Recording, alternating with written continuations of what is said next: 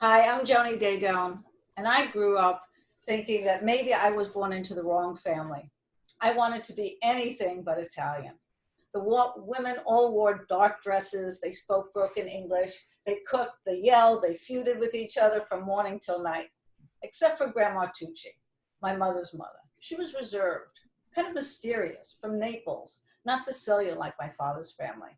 She had a regal air, 5 foot if you included the crown of braids on top of her head and a gold cross around her neck. She looked more like a majestic nun than their grandmother. She didn't smile much, except when she had a glass of wine and mom would play her arias from Mario Lanza or Caruso. Grandma seemed to be transported to another time and place. Even though we didn't speak the same language, my mom said that I was just like my grandmother. We were born the same day, June 9th, but 60 years apart. Beware of the quiet ones, my mother would say. I never know what either of you were thinking. I didn't like family dramas, but I did like mystery, and I wanted to know Nana Tucci's secrets. I knew there was more to her than her secret source everyone in Knickerbocker Avenue raved about. I wanted to be a fly inside her head. I thought my old world family was a little crazy, but I didn't know that we were thought of as second-class citizens until we moved from Brooklyn to Valley Stream in '64, and I went to Holy Name of Mary Elementary School.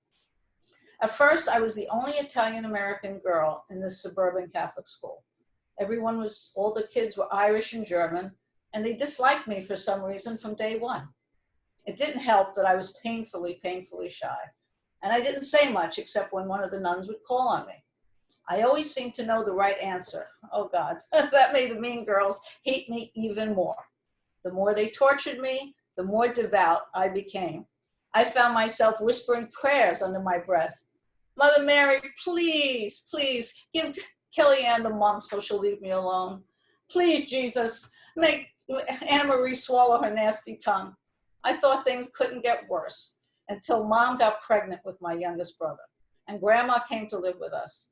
She became a fixture at Holy Name, going to 6 a.m. novena mass every day, waiting for me after school to walk me home. When the kids saw her as if she just got off the boat at Ellis Island, they got even meaner, especially Patty. Who's that witch, Daydone? Better watch out, she's gonna put a curse on you.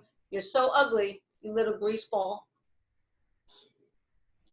And when she called, Johnny Eleanor, we go home now, they would scream with laughter at her broken English. She was the closest thing to a saint as far as I knew. But I was embarrassed by her, and I hated myself for it.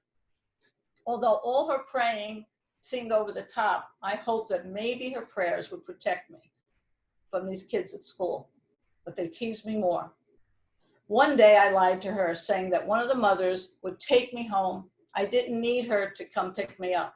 I didn't tell her that they were making fun of her, but somehow she knew. She asked me for the name of the tall girl with the red hair, and I told her Patty. She looked up and whispered, Patty, and something in Italian 3 times. She shook her head and she walked away. After that day, Patty never bothered me again. She stayed clear of me.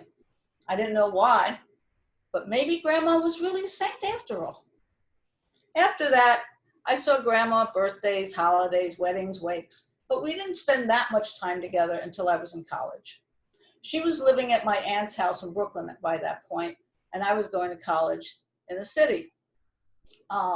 Since I was the only granddaughter living nearby, I was drafted to visit her every week. I never forget the first time I visited her. I felt like I was entering a small chapel. I felt like I needed to genuflect when I crossed the doorway.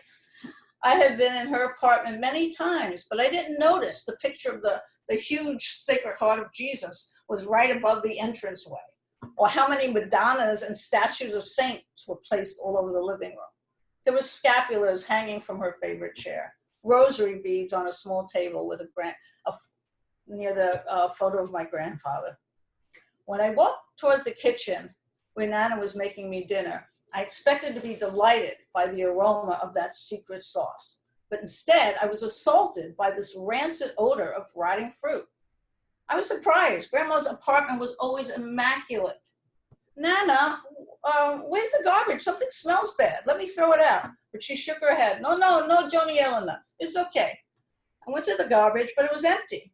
As I entered the kitchen, the smell became stronger. I noticed there were tomatoes on the windowsill, behind the basil and between the basil and the oregano plants. Grandma, those tomatoes are rotting. Let me throw them out. But as I went closer, I saw that they were full of sewing pins, like a pincushion, but with an intricate design, like a stick figure of a man. She grabbed my arm gently. No, child. And I looked at her and realized this was not some secret recipe. Nana, what's this? No, it's your Uncle Pete. Shh, we make him good. He's bad. We make him good. I looked at the tomatoes again, then at her, and I laughed. I realized I discovered one of her big secrets. My devout Catholic grandma was practicing some kind of witchcraft or voodoo. I couldn't stop laughing. She looked up at the ceiling and did the sign of the cross. There was no love lost between me and my uncle. He always smelled of wine. He was loud, obnoxious. He always bullied my aunt. And he called my mother and my other favorite Aunt Yolanda crazy.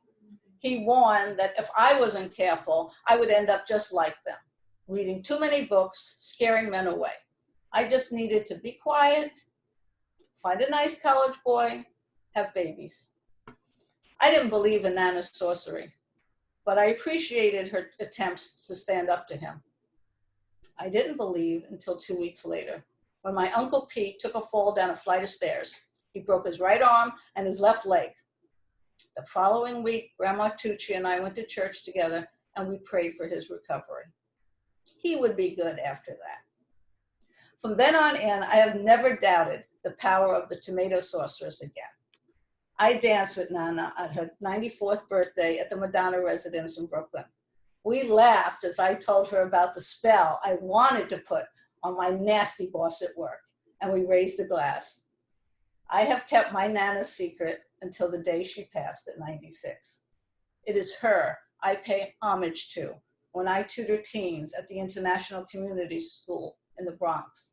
They're all first-generation immigrants from Ghana, from Pakistan, Honduras, Uzbekistan, over 20 different countries. It is her that I meditate and pray to every morning to bring peace and sanity to this crazy place, this crazy planet we're in right now. I'm proud to be the granddaughter of Teresa Tucci, the Neapolitan tomato sorceress. Thank you, Grandma.